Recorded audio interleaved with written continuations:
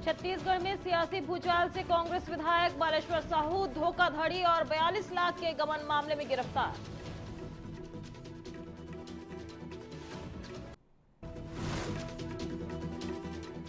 भिलाई निगम का सख्त आदेश, योजना गौठानों में अधिकारी करेंगे गौ सेवा और निरीक्षण।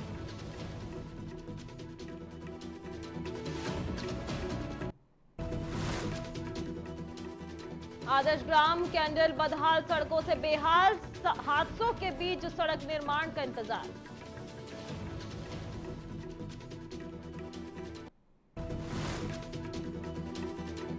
दुर्ग में मकर संक्रांति के त्यौहार पर प्रतिबंधित चाइनीज मांझे का खतरा, प्रशासन ने सख्त कार्रवाई का किया ऐलान।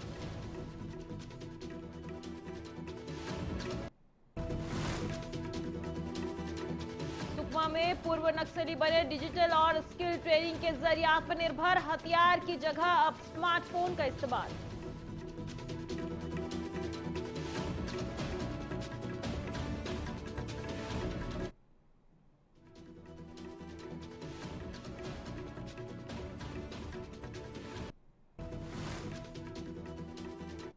नमस्कार, आप देख रहे हैं न्यूज टीवी इंडिया और मैं आपके साथ श्रेयोशी। खबरों की शुरुआत करते हैं छत्तीसगढ़ की खबरों के साथ। छत्तीसगढ़ के जांजगीर चांपा से इस वक्त की एक बड़ी और चौंकाने वाली खबर सामने आ रही है, जहां जयजयपुर विधानसभा क्षेत्र से कांग्रेस विधायक बालेश्वर साहू को पुलिस ने गिरफ्तार कर लिया है।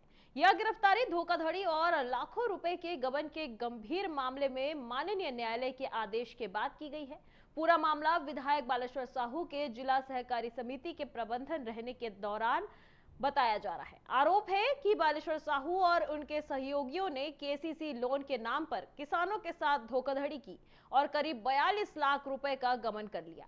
इस मामले में शिकायतकर्ता राजकुमार शर्मा की शिकायत पर पिछले काफी समय से जांच चल रही थी और 3 अक्टूबर 2025 को चांपा थाना में एफआईआर भी दर्ज की गई थी। अब कोर्ट के कड़े रुख के बाद पुलिस ने विधायक को हिरासत में ले लिया है। इस गिरफ्तारी के बाद से प्रदेश की सियासत में हड़कंप मच गया है।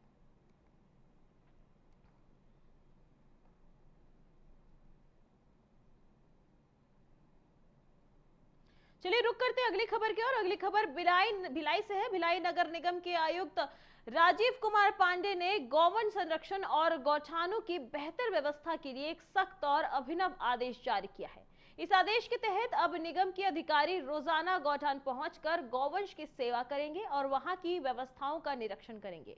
अधिकारियों का यह सुनिश्चित करना होगा कि गौठान में गौवंश के लिए पर्याप्त चारा, स्वच्छ पानी, समय पर इलाज और अन्य मूलभूत सुविधाएं उपलब्ध हो। इधर आयुक्त राजीव पांडे ने कहा कि कोसानगर गौठान में प्रतिदिन गौ सेवा एवं स्थल निरीक्षण के लिए अधिकारियों की सप्ताहभर ड्यूटी तय की गई है। बता दें, सोमवार को जोन 1 आयुक्त अजय राजपूत, मंगलवार को कार्यपालन अभियंता संजय अग्रवाल, बुधवार को सहायक अभियंता फतेहलाल साहू, गुरुवार को उप अभियंता सीमा हुमैना, वहीं शुक्रवार को उप अभियंता बसंत साहू, रविवार को नोडल अधिकारी विनय शर्मा और शनिवार को नोडल अधिकारी विनय शर्मा और रविवार को स्वास्थ्य अधिकारी जावेद अली निरीक्षण करेंगे। इसके अलावा जोन 4 कुर्सीपार के जोन आयुक्त अमरनाथ दुबे को किसी भी दिन आकस्मिक निरीक्षण करने का अधिकार दिया गया है। सभी संबंधित अधिकारियों को गौठान पहुंचकर निरीक्षण की जियो टैग लोकेशन के साथ फोटो लेकर निगम के व्हाट्सएप ग्रुप में साझा करने का अनिवार्य किया गया है, ताकि पारदर्शिता बनी रहे और किसी भी प्रकार की लापरवाही ना हो। साथ ही अधिकारियों को संधारित रजिस्टर में व्यवस्थाओं से जुड़ी कमियों और आवश्यक सुधारों की टीम भी अंकित करनी होगी। इस आदेश का उद्देश्य गौवंश की बेहतर देखरेख, स्वास्थ्य सुरक्षा और गौठानों की वास्तविक स्थिति पर सत्ता निगरानी रखना है। निगम प्रशासन का यह कदम शहर में गौरक्षा की दिशा में एक महत्वपूर्ण और सराहनीय पहल मानी जा रही है। देखिए, और गोदाम का संचालन प्राथमिकता में है हमारे निगम के भी, और हम लोग प्रॉपर टेंडर करके जो वहाँ पर गोवंश है उनको किसी प्रकार कोई समस्या ना हो ये सुनिश्चित कर रहे हैं। बीच में काफ़ी बड़े एरिया में था, उसमें हम लोग अपने निगम के फंड से भी कर रहे हैं और जो संस्थाएं हैं या कोई व्यक्ति सहयोग करना चाहे उनसे भी सहयोग लेते हैं। तो हम लोग प्रॉपर पार्टीशन कराने का काम किया है और पानी के लिए और उनके छाया के लिए पर्याप्त व्यवस्था हम लोग कर रहे हैं। इसके अलावा जो डॉक्टर हैं पशु चिकित्सा विभाग से रेगुलर वहाँ मॉनिटरिंग करते हैं। तो ये सब व्यवस्था सुचारू रूप से चल रही है। इसके संबंध में हमने प्रत्येक दिन एक अधिकारी की ड्यूटी लगाई है, जो पर डे अलग-अलग एक दिवस में एक व्यक्ति जाकर के देखेंगे सारी व्यवस्थाएं वहाँ ठीक है। अगर कोई विसंगति होगी तो तत्काल मुझे अवगत कराएंगे। धमतरी का एक ऐसा गांव जहां से शुरुआत हुई थी नहर सत्याग्रह की, ऐसा गांव जहां महात्मा गांधी स्वयं पहुंचे थे, ऐसा गांव जिसे आदर्श ग्राम घोषित किया गया था। 5000 की आबादी वाला कंडल गांव आज बदहाल सड़क और गड्ढे से परेशान है। इतनी बड़ी आबादी वाले गांव की सड़क में गड्ढों की वजह से लोग काफी परेशान हैं। रोजाना स्कूली बच्चों का आना जाना रहता है। कुछ दिन पहले सड़क हादसे में एक ग्रामीण की जान भी जा चुकी है। ऐसे में बारिश में ये सड़क और भी ज्यादा जानलेवा हो जाती है। आए दिन दुर्घटनाओं से परेशान ग्रामीण अब आदर्श ग्राम कहे जाने वाले कैंडल की सड़क बनने का इंतजार कर रहे हैं। गांव के सरपंच ने बताया कि लगातार सड़क की शिकायत जिला प्रशासन से की जा रही है। खबर के बाद धमतरी कलेक्टर ने बताया कि कैंडल के लिए डबल लेन सड़क का प्रस्ताव बनाया जा रहा है, जो 2026 के बजट में शामिल किया जाएगा।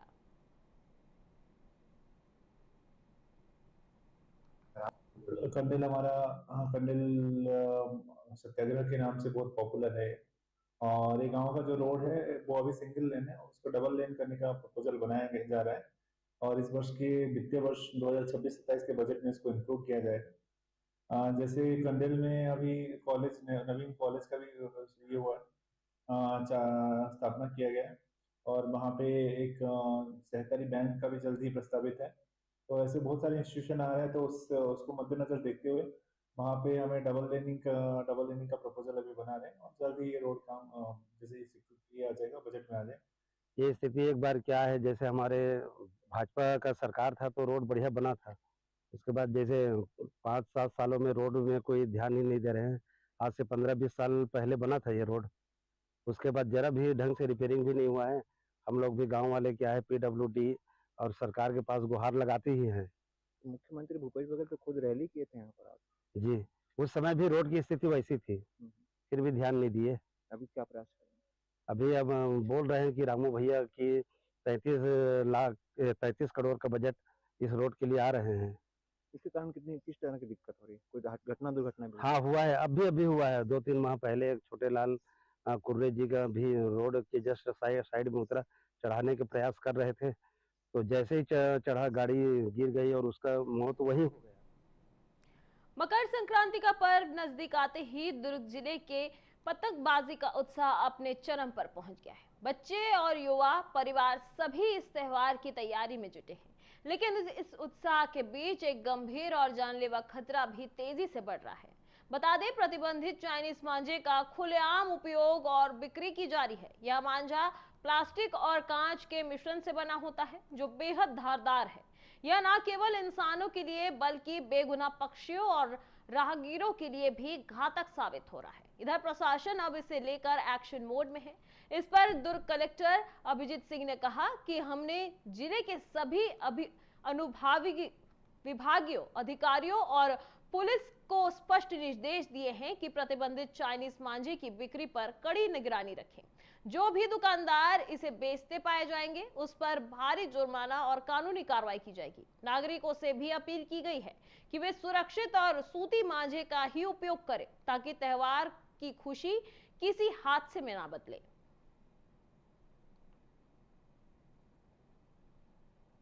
ठीक है सर, मांझे को लेकर क्या निर्देश जारी करेंगे?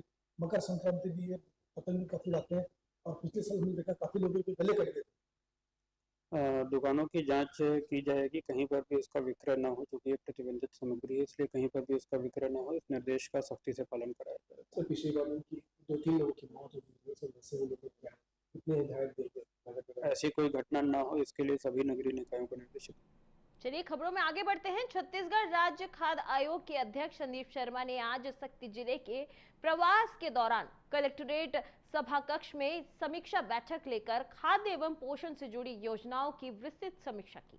बैठक में सार्वजनिक वितरण प्रणाली, पूरक पोषण आहार योजना, मध्यस्थ भोजन योजना तथा शासकीय आश्रम एवं छात्रावासों में BPL दर पर खाद्यान्न वितरण की स्थिति पर चर्चा की गई। अध्यक्ष ने जिले में शेष लगभग 50,000 हितग्राहियों की ई-केवाईसी विशेष अभियान चलाकर शीघ्र पूर्ण कराने के निर्देश दिए। साथ ही उचित मूल्य दुकानों में सभी आवश्यक सूचनाओं का प्रदर्शन, स्टॉक का नियमित मिलान और दुकानों के समय पर संचालन सुनिश्चित करने को कहा। पोषण आहार योजना के अंतर्गत पोषण ट्रैक्टर में दर्जन बच्चे के पुनः प्रशिक्षण, आंगनवाड़ी केंद्रों में सूचनाओं के प्रदर्शन तथा मध्यस्थ भोजन में प्रति डाइट खाद्यान्न की मात्रा प्रदर्शित करने के निर्देश दिए गए हैं। इधर समीक्षा से पूर्व अध्यक्ष एवं उनकी टीम ने माल खरीदार और अठभार की उचित मूल्य दुकानों, आंगनवाड़ी केंद्रों, छात्रावास और विद्यालयों का निरीक्षण किया गया। निरीक्षण के दौरान भोजन की गुणवत्ता जांच की गई तथा फोर्टिफाइड चावल को सही विधि से पकाने, पेयजल और विद्युत व्यवस्था सुधारने के निर्देश भी दिए।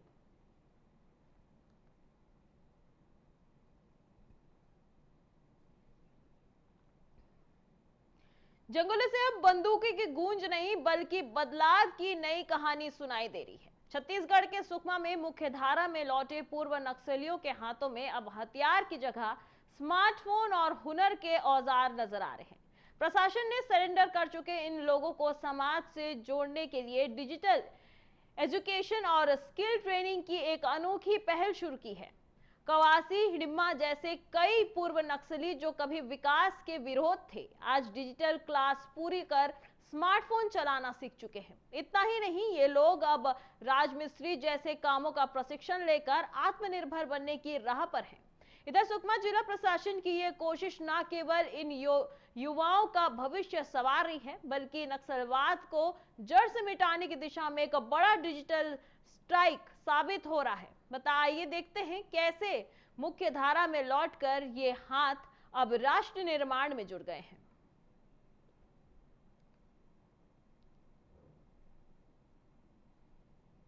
आके आपको क्या क्या मिल गया है, कैसा लग रहा है? अभी पहले नक्सलाइट में थे आप, है ना? वहाँ पर आज़ादी नहीं था, कई सारे उपकरणों को इस्तेमाल करने में पाबंदी था, जैसे कि मोबाइल हो गया, वॉकी टॉकी हो गया, आप लोग को तो पाबंदी था ना जी। खुल के नहीं जी पा रहे थे जी। तो अभी यहाँ पर क्या क्या मिल गया आपको?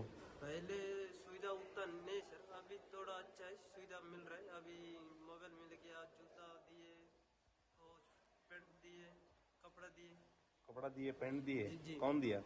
ये सरकारी, सरकार से मिला? सरकार से मिला। मोबाइल कौन सा मिला आपको? दिखाइए मोबाइल, सैमसंग मोबाइल दिखाइए।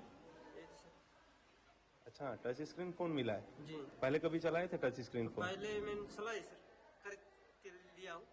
खरीद के लिए थे पहले? जी। अच्छा, तो कैसा लग रहा है अभी? कभी संगठन के बाकी लोगों जो आपके साथ में काम किए हैं उनको आप क्या बोलना चाहेंगे? पहले लेकिन नशा नहीं सर, अभी थोड़ा अच्छा है, सिलेंडर हो गया, अभी थोड़ा अच्छा है।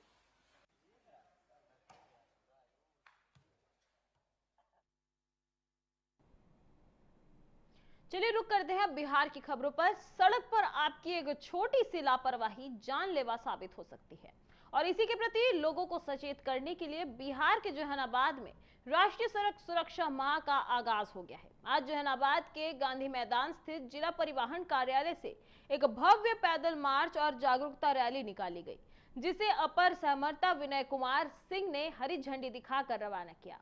परिवहन विभाग के इस अभियान के तहत नेहरू युवा केंद्र के स्वयंसेवकों ने अस्पताल मोड़ तक पैदल मार्च निकाला और लोगों को यातायात नियमों के प्रति जागरूक किया। इस मौके पर जिला परिवहन पदाधिकारी अविनाश कुमार ने सभी को सड़क सुरक्षा की शपथ दिलाई, जिसमें हेलमेट पहनने, सीट बेल्ट लगाने और वाहन चलाते समय मोबाइल का उपयोग न करने का संकल्प लिया। खास बात यह है कि प्रशासन की ओर से एक जागरूकता रथ भी रवाना किया गया, जो 31 जनवरी तक जिले की हर पंचायत और टोले में जाकर लोगों को सुरक्षा का संदेश देगा। इस अभियान का मुख्य उद्देश्य सड़क हादसों में कमी लाना और लोगों को जिम्मेदार नागरिक बनाना है। ये राष्ट्रीय स्तर पर हम लोग इस माह, जनवरी माह को राष्ट्रीय सड़क सुरक्षा माह के रूप में मना रहे हैं।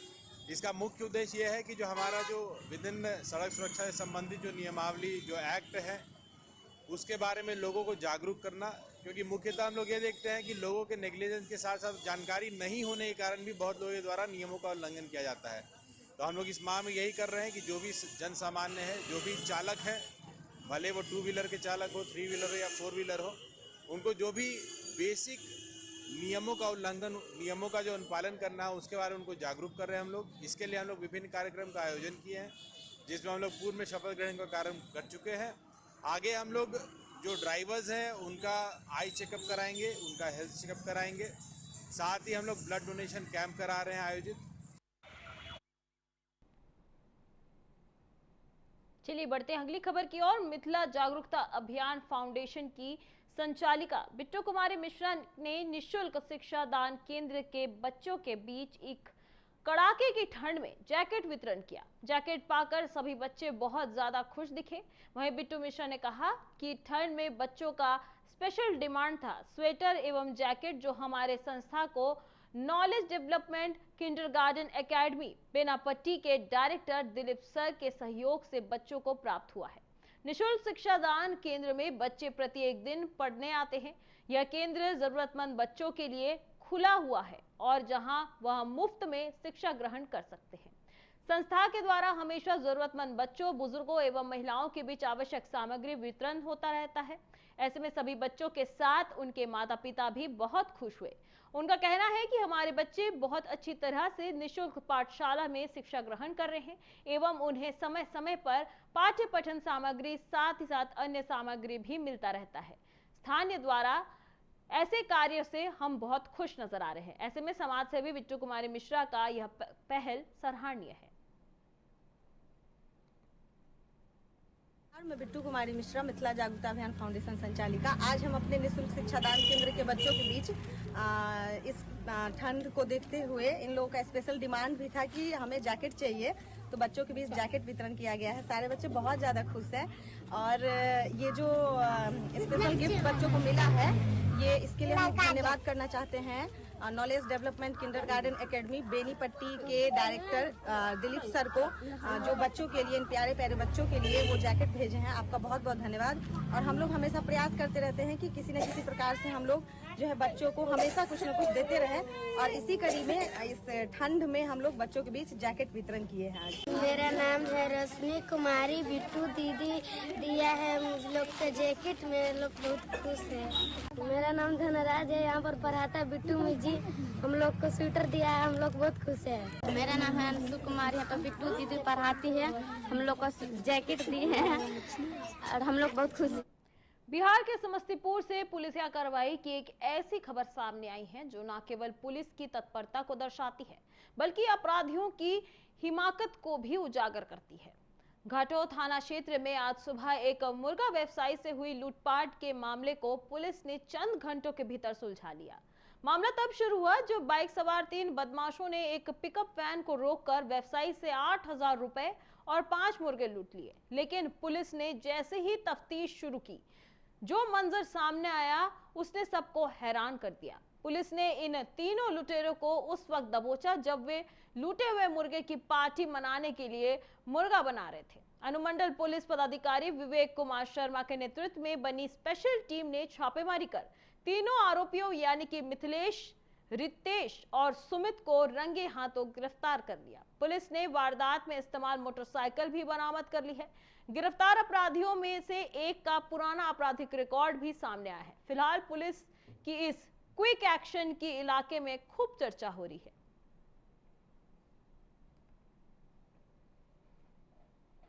छब्बीस को सुबह में 9 बजे के आसपास घाटों के कांचा क्षेत्र में कुछ अज्ञात अपराध कर्मी जो हैं वो एक मुर्गा जो कि पिकअप से लेके जा रहे थे उनसे लूटपाट करते हैं और कुछ मुर्गा लूट लेते हैं और 8,000 रुपये उनका लूट लेते हैं। इसी क्रम में उनके द्वारा तत्काल थाना को सूचना दी जाती है। थाना को एक लिखित आवेदन भी दिया था। आवेदन के आधार पे थाना प्रभारी द्वारा एक तत्काल रेड छापेमारी की जाती है और टेक्निकल एविडेंस, फोटो, CDR और इन सब चीज़ों का अवलोकन करते हुए हम लोग उस व्यक्ति की गिरफ्तारी सुनिश्चित करते हैं।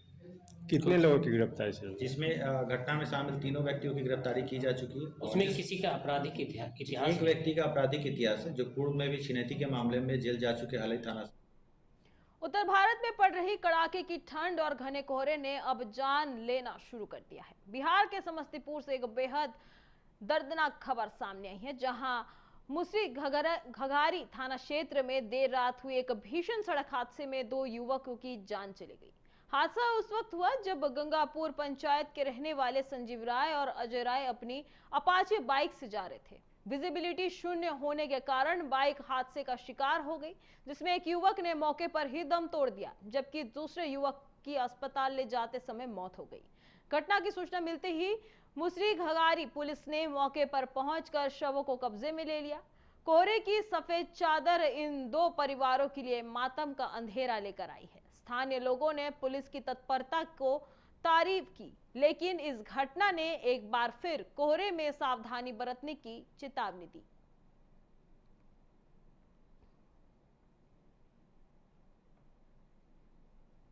चलिए रुक करते हैं अब उत्तर प्रदेश की खबरों पर। यूपी बांदा में जिला पंचायत के भ्रष्टाचार का मामला इन दिनों तूल पकड़ता नजर आ रहा है, जिसको लेकर जिला पंचायत सदस्य ने विरोध करने का रास्ता अपना लिया है। जिला पंचायत कार्यालय पर आज जिला पंचायत सदस्य ने विरोध प्रदर्शन करते हुए अनशन प्रारंभ कर दिया है। सदस्यों का आरोप है कि जिला पंचायत अध्यक्ष सुनील पटेल पर भ्रष्टाचार और गबन का आरोप कमिश्नर के द्वारा कार्रवाई की गई जांच में स्पष्ट हो चुका है। इसको लेकर सदस्यों ने धारा 29 का उल्लेख किया है। बताया जा रहा है कि धारा 29 के अनुरूप अध्यक्ष के सारे वित्तीय चार्ज छीन जाने चाहिए, लेकिन अभी तक ऐसा कुछ नहीं हुआ। जिला पंचायत सदस्यों ने मांग की कि अध्यक्ष पर तत्काल कार्रवाई की जाए, वरना जिला पंचायत सदस्य आमरण अनशन करने के लिए भी मजबूर हो जाएंगे। वहीं सदस्यों ने कहा कि हम लोग बीजेपी पार्टी से हैं और बीजेपी सरकार को बनाने के लिए हम लोगों ने रात दिन का प्रयास किया, लेकिन हमारे ही वार्ड में 1 रुपए का काम नहीं किया गया। ऊपर से जिला पंचायत अध्यक्ष के द्वारा जिला पंचायत के राजस्व का भारी भ्रष्टाचार भी किया गया। सदस्यों ने कहा कि हमारी मांग है कि तत्काल जिला पंचायत अध्यक्ष पर कार्रवाई की जाए। देखिए,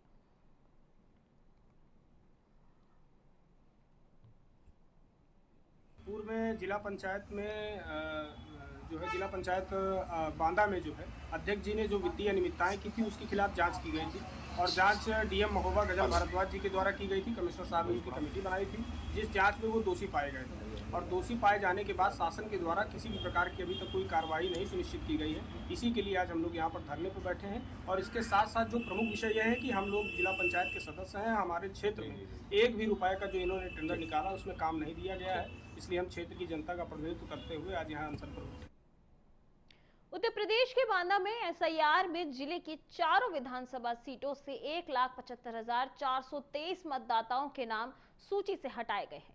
ये ऐसे मतदाता हैं जो दूसरी जगह शिफ्ट हो गए हैं या जिसका नाम दोबारा आ रहा है या जो मृत हो चुका है। विशेष गहन पुनरीक्षण अभियान से जिले के राजनीतिक समीकरण अब नए तरीके से बनाना शुरू हो गया है। हर विधानसभा सीट पर चुनावी गठित अब नए सिरे से देखा जा रहा है। चुनाव आयोग के निर्देश पर 11 जनवरी को बड़े दिन के रूप में देखने की प्रक्रिया शुरू की गई है। वहीं एडीएम और उप जिला निर्वाचन अधिकारी ने बताया कि इस दिन जिले के हर बूथ पर बीएलओ समेत सभी जिम्मेदार अधिकारी फील्ड पर रहेंगे, बूथ पर रहेंगे। जिनका नाम जुड़वाना है या किसी कारण से छूट गया है उसका जुड़वा सकते हैं। इसके अलावा नए वोटर जिनकी उम्र 1 अक्टूबर से 18 वर्ष पूरी हो रही है, उनके फॉर्म 6 भरवाकर उनके भी नाम जोड़े जाएंगे। एसआईआर में जनपद में चारों विधानसभाओं में 13,49,521 मतदाता थे, जिनके सापेक्ष ईएफ फॉर्म डिस्ट्रीब्यूट किए गए। डिस्ट्रीब्यूशन के उपरांत हमारे पास 87% फॉर्म्स हमें प्राप्त हो गए जो हमने डिजिटाइज कर दिए, तथा 13% फॉर्म ऐसे थे जो अनकलेक्टेबल रहे। अनकलेक्टेबल में 13% में एब्सेंट हमारे 3.93%, शिफ्टेड 5.78% और डेथ 2.24%। इसके अलावा 0.74% ऐसे व्यक्ति थे जिनका नाम पहले से ही ऑलरेडी इनरोल्ड कैटेगरी में।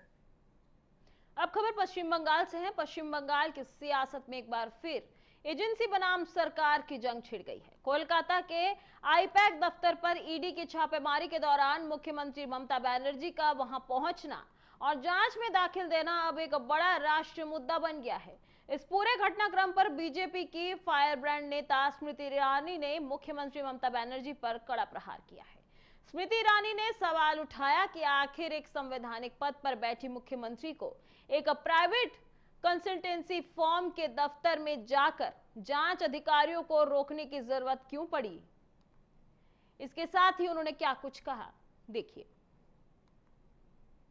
इतिहास में आज तक ये दृश्य किसी भी भारतीय ने नहीं देखा जब एक प्रदेश की मुख्यमंत्री जहां पर हवाला के घोटाला की रेड चल रही हो, वहां घोटालेबाजों को बचाने के लिए स्वयं पुलिस के साथ उपस्थित हो। जिस तीव्रता से ममता बंदोपाध्याय जी पुलिस के साथ किसी संदिग्ध को जहां रेड चल रही है बचाने पहुंची, क्या आज तक पश्चिम बंगाल की जनता ने मुख्यमंत्री को पुलिस के साथ ऐसे घटना स्थल पर पहुंचते देखा है जहां पर किसी महिला की प्रताड़ना हुई है और महिला को संरक्षण की जरूरत है? जिस तीव्रता से ममता बंदोपाध्याय पुलिस के साथ जहां पर हवाला के संदर्भ में ईडी की रेड चल रही हो वहां पहुंची, आज तक पुलिस के साथ कभी भी इतनी तीव्रता से वो कई ऐसे मौके पर पहुंची है जहां पर किसी बेगुनाह को फांसी दी गई हो, हत्या की गई हो। गरीब जनता की मदद के लिए आज तक इतनी तीव्रता से जनता को बचाने के लिए ममता बंदोपाध्याय कभी भी पुलिस के साथ नहीं पहुंची। ऐसा क्या खास है उस फाइल में? प्रश्न ये उठता है कि अगर वो एक प्राइवेट कंपनी है तो फिर वो कौन सा दस्तावेज है एक प्राइवेट कंपनी के पास जो ममता बंदोपाध्याय को लगता है उनका अपना दस्तावेज है? अगर एक प्राइवेट कंपनी है तो उस प्राइवेट कंपनी में ममता बंदोपाध्याय की मदद करने के लिए पुलिस क्यों पहुंचती है? बार बार पश्चिम बंगाल की जनता ने देखा कि पुलिस को एक पॉलिटिकल इंस्ट्रूमेंट बना दिया है टीएमसी ने। ये आरोप लगता था, ममता बंदोपाध्याय ने इस आरोप को स्वयं सच साबित कर दिया। तो फिलहाल मेरे साथ इस बुलेटिन में इतना ही। आगे की देश दुनिया की तमाम खबरों के लिए आप देखते रहिए न्यूज़ टीवी इंडिया। नमस्कार।